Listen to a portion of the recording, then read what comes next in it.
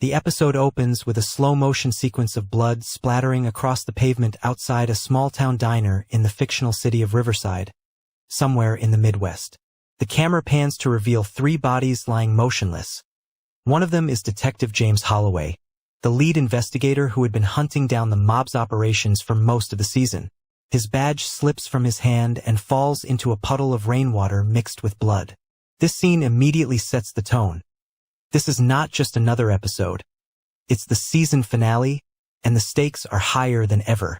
The music builds up slowly, then cuts off abruptly as we cut to black and roll the title card. Mobland, Season 1, Episode 10, Blood on the Pavement, Act 1, Fallout from the Warehouse Explosion. We pick up mere hours after the events of Episode 9, where a warehouse explosion destroyed a large portion of the Moretti crime family's narcotics operation. In the aftermath, Frank Moretti, the aging but ruthless head of the family, is seen walking through the wreckage, accompanied by his nephew Tony T.J. Moretti, the rising star of the organization and potential heir apparent. Frank is visibly shaken not just by the loss of product, but by the betrayal that led to the explosion. He knows someone inside the organization tipped off the cops or the rival Vega cartel, which has been making moves into Riverside over the past few months. Meanwhile, Sofia Vega, the daughter of the late Pablo Vega, killed in Episode 6, arrives at her father's old estate. She has returned from hiding in Mexico, ready to reclaim what she believes is hers, the Vega family's share of the drug trade in Riverside. Her return sends shockwaves through both the Moretti family and law enforcement. Character focus, Tony T.J. Moretti. Episode 10 dives deep into TJ's psyche. He is torn between loyalty to his Uncle Frank and his own ambition. We see flashbacks of his childhood, growing up under the shadow of his father, who died in prison, and being raised by Frank like a son. In one particularly emotional scene, TJ visits his father's grave alone at night. He kneels and whispers, "I'm trying to be better than you were, but maybe that's not possible." This moment reveals the inner conflict that drives him throughout the episode. He wants power, but he also craves redemption, something the life doesn't allow easily. Back at the Moretti compound, tensions rise when Frank calls a meeting with all the capos and enforcers. He accuses one of them of leaking information to the police. Paranoia spreads quickly. Everyone starts pointing fingers. Law enforcement angle, the Holloway investigation collapses. Detective Holloway's death in the opening scene isn't just a dramatic hook. It's a turning point for the entire investigation. With his death, the Internal Affairs Division seizes control of the case, suspecting corruption within Holloway's unit. Holloway's partner, Detective Rachel Monroe, is interrogated for hours.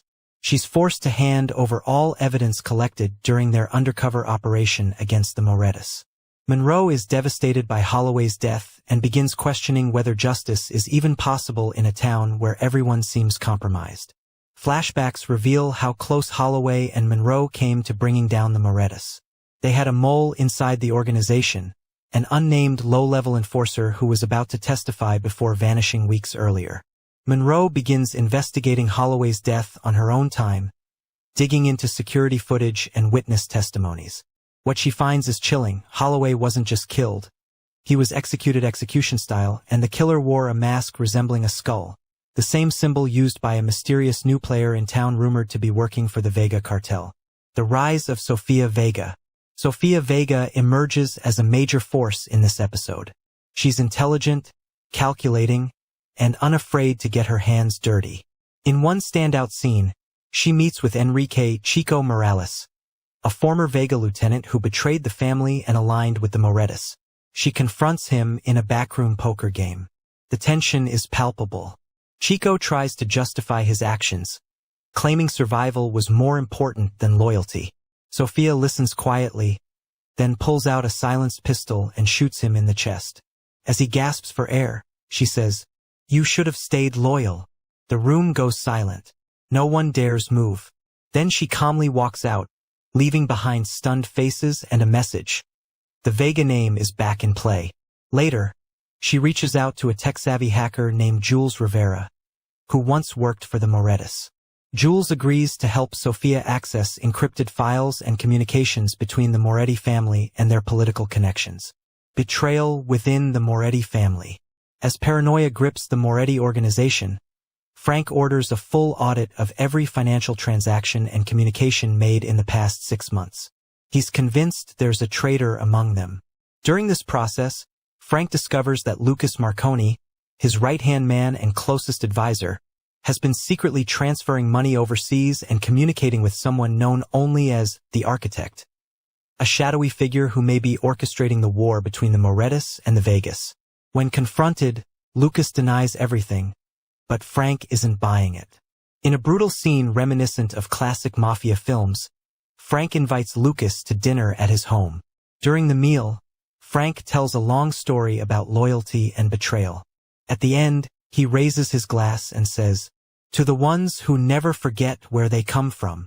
Lucas smiles nervously and raises his glass. Moments later, he begins choking poison wine. Frank watches coldly as Lucas dies at the table.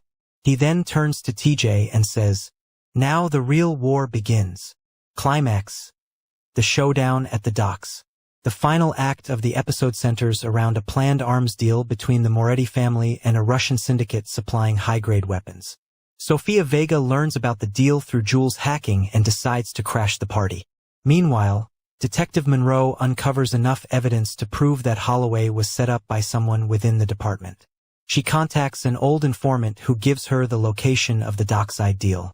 What follows is a chaotic, multi-layered confrontation involving the Moretti crew, Sofia Vega and her mercenaries, Russian syndicate hitmen, corrupt cops, Rachel Monroe and backup officers. Gunfire erupts. Explosions light up the night sky. Bodies fall left and right. TJ fights his way through the chaos, eventually coming face to face with Sofia Vega. They exchange fire, each wounded but still standing. Finally, TJ disarms Sofia and holds her at gunpoint. She looks him in the eyes and says, "You can kill me, or you can join me." Before he can respond, Monroe appears, holding her weapon on both of them. She arrests Sofia, but TJ escapes in the confusion. Final scene, the aftermath. In the final moments of the episode, Sofia Vega is taken into custody, but she remains calm, hinting that she's already won.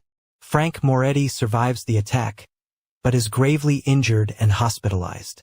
Detective Rachel Monroe receives a call from an anonymous source offering classified documents that could expose the corrupt cops and politicians involved in the mob wars. TJ Moretti disappears into the night, driving away with a suitcase full of cash and passports. The screen fades to black, and the following words appear: "To be continued." Then, after a short pause, a cryptic message flashes on screen. The Architect is watching. Themes explored in Episode 10. Loyalty versus ambition. Almost every character in this episode grapples with the question of where their true loyalties lie, especially TJ, who stands at a crossroads between family duty and personal freedom. Power shifts. The balance of power changes dramatically. The Moretti family is weakened, but not defeated. The Vega cartel returns with vengeance, and a new unseen player, the Architect, looms in the background. Justice and corruption. The line between right and wrong is blurred. Even law enforcement isn't immune to corruption, and Monroe's pursuit of truth becomes increasingly dangerous. Legacy and identity. Characters like TJ and Sofia are defined by the legacies of their families. Both struggle to carve their own paths while living in the shadows of their predecessors. Symbolism and visual motifs. Skull Mask represents fear, death, and the arrival of a new era. It also hints at the Architect's influence. Rain and blood. Recurring imagery of water mixing with blood emphasizes moral decay and the inevitability of violence. Mirrors. Used in several scenes to reflect characters' dual natures. Good versus evil. Loyalty versus betrayal. Musical score highlights. The score, composed by Michael Trent, plays a crucial role in building tension and emotion. Standout cues include Ashes of Empire, a haunting piano piece played during Frank's poisoning of Lucas. Redemption Road, an emotional orchestral track accompanying TJ's flashback scene. The Architect's theme, a minimalist, eerie composition that plays during the closing credits. Character arcs concluding this episode. Frank Moretti, alive injured, loses trust in his inner circle, consolidates power through fear. Tony TJ Moretti, on the run, chooses independence over blind loyalty. Sofia Vega, arrested, successfully reclaims her family's legacy. Detective Rachel Monroe, alive, begins to uncover deeper layers of corruption. Lucas Marconi, dead, betrayal leads to his downfall. Enrique Chico Morales, dead, killed by Sofia as punishment for disloyalty. Easter eggs and hidden clues. In the background of a news report playing on a TV in the Moretti compound, a headline reads, "Mysterious hacker group breaches City Hall servers." This could tie into future episodes involving cybercrime or digital warfare between gangs. The license plate on TJ's escape car reads, A7X901, possibly referencing Avenged Sevenfold's album Nightmare, known for its dark themes and symbolism. During Sofia's arrest, she's seen wearing a necklace with a serpent ring, similar to the one worn by Pablo Vega before his death. This confirms she plans to continue his legacy. Fan reactions and predictions for Season 2. After the release of Episode 10, fans took to social media to speculate on what's next. Many believe TJ will become a rogue operator, possibly teaming up with Sofia or going solo. There's speculation that Detective Monroe will go rogue, using the documents she received to dismantle the system from within. The identity of the Architect is the biggest mystery. Some theories suggest it could be a corrupt politician, a foreign intelligence agent, a former ally of Pablo Vega, possibly even Holloway himself. Faked death. Conclusion. Episode 10 of Mobland delivers a high-octane, emotionally charged finale that leaves viewers breathless. With its complex characters, shocking betrayals, and explosive action, it sets the stage for what promises to be an even darker and more intense Season 2.